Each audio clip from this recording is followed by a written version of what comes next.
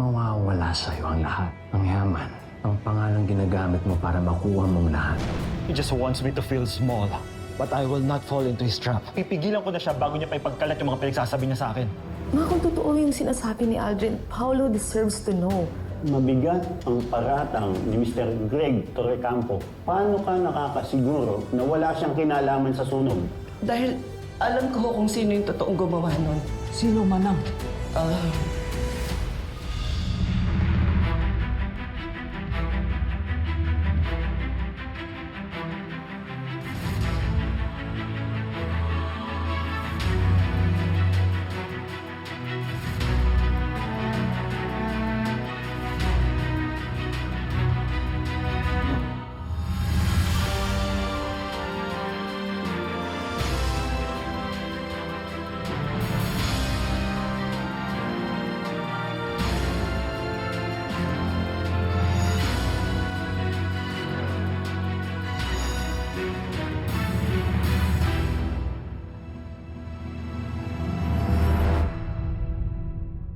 Anong kalokohan to?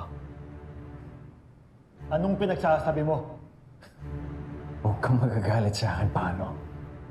In fact, dapat kang magpapasalamat ka sa akin for telling you the truth. Nag-iimbento ka lang. Alam ng lahat kung gaano ka kadesperado para sirain ang pamilya ko. So now, pati pagkatao ko, idadamay mo. Gawa-gawa mo lang to para guluhin ng pamilya ko. Paolo, ayaw mong maniwala dahil natatakot ka. Natatakot ka kapag napatunayang hindi ka totoong Torrecampo. Mawawala sa'yo ang lahat.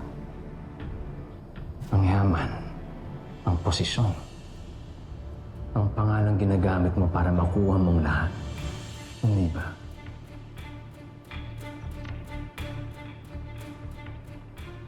Tumigil ka na. Babasagin ko yung muso mo. Go ahead, Paolo. Sapahan mo ako. Hit me with everything that you got. But it won't change the fact na isang malaking kasinungalingan ang buong buhay mo. At huwag kang magagalit sa akin dahil hindi akong nanggago sa iyo. Sa sarili mong nanay, dapat kang magalit. Dahil siya ang naging eksperto sa pagtago ng bakod niyo. Siya ang nagsinungaling sa iyo mula nang pinanak ka.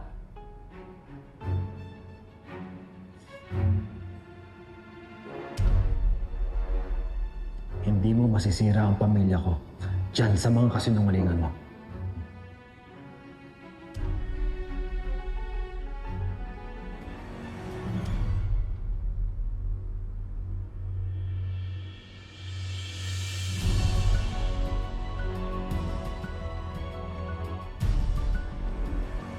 Ano naman ang basehan ni Aldrin para sabihin ang mga bagay na yun? Marge, si Aldrin yun. Alam natin kung gaano siya kadumi maglaro. At gagawin niya ang lahat para makita ang pamilyang nasisira. Alam ko, Pao. Pero, para sa akin, for your peace of mind, ba't hindi mo tanungin at kausapin ang mama mo para malaman mo yung totoo? No, hindi ko gagawin yun. I will not insult my mother by questioning her integrity. Dahil lang sa conspiracy theory ng Aldrin na yun. Nasaan si na Paolo? Nandun po, ma'am. He just wants me to question my own identity.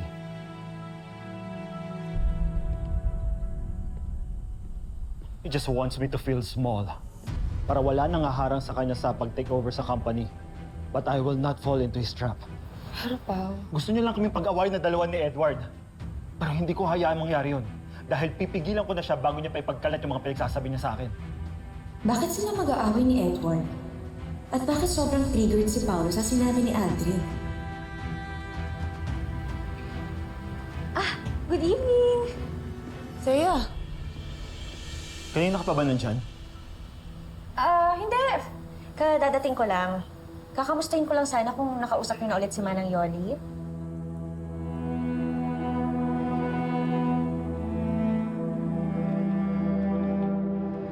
Ma, sorry po sa abala, pero hindi ko kaya kasing palagpasin yung sinabi ni Aldrin. Na anak niyo daw sa labas si Paolo. Sinasabi ko na nga ba eh. Desperado na talaga to si Aldrin. Kung ano na lang binitawan yung mga kwento na hindi naman totoo. Di ba? Alam mo, bakit mo ba kasi pinapansin yung mga paninira ng taong yan? It's just a waste of your time, Marge. Ma, gusto ko kasing marinig mula sa inyo. Para sa susunod na makita namin siya, may depensa kami. At para mapatunayan namin sa kanya na nagsisinungaling siya. You know what, Marge? Nakalimutan ko, may appointment pala ako. Nako, there are much more important things na kailangan kong asikasuhin kaysa sa walang kwentang issue na yan. Pero bakit hindi niyo masabing hindi totoo yun? Ma, yes or no lang. At least may tinatago kayo. Ma, kung totoo yung sinasabi ni Aldrin, Paolo deserves to know. Dahil pwede niya itong gamitin against him. Baka ito lang yung paraan na makalaya din si Edward pag nalaman ni Dad na anak niya si Edward. Baka hindi na niya itutuloy yung demanda. Ma, ano po ba talaga ang totoo? Marge, hindi mo maintindihan. Kapag nalaman ni Greg, itatakwil na si Paolo. So, totoo nga?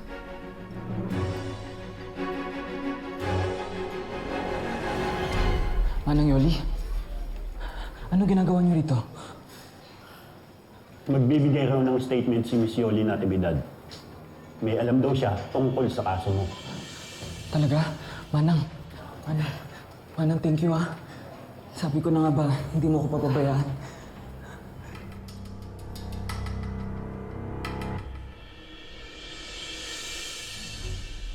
Oo.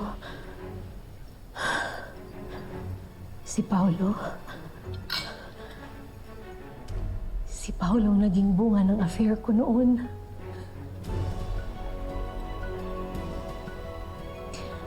I had no choice but to lie, Marge. Nung pinanganak ko si Paolo, nakita ko kung gaano kasaya si Greg. Kung gaano niya minahal ang batang yan. Kaya natakot ako na pag sinabi kong totoo, papalayasin kami ng asawa ko, magiging palaboy-laboy kami. Kaya tinago ko.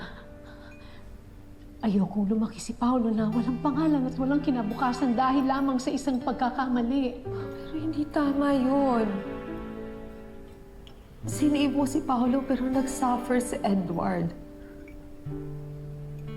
Marge, ina ka rin. You, of all people, should know. Ginawa kong kailangan kong gawin para hindi mawasak ang buhay ni Paolo. Pero hinakawan mo ng karapatan na malaman ni Paolo yung totoo. At si Dad, karapatan niyang malaman kung sinong totoong kadugo niya. Para hindi niya idiin si Edward makulong. Marge, please, nakikiusap ako. Don't do anything na pagsisisihan nating lahat. Ayokong tuluyang masira ang pamilya natin. Pasensya ka na, Ma. Pero kung hindi ka makakapagsalita, ako na pong magsasabi kay Paolo. Dahil alam kong hindi niya gugustuhin magpatuloy ng magandang buhay kung alam niyang galing ko sa paghihirap ng kapatid niya. Marge, please. Please don't tell Paolo the truth. Kasi kapag ginawa mo yan, parang ikaw na mismo ang sumira sa pamilya natin, Marge, please. Ma, matagal na tayong sira.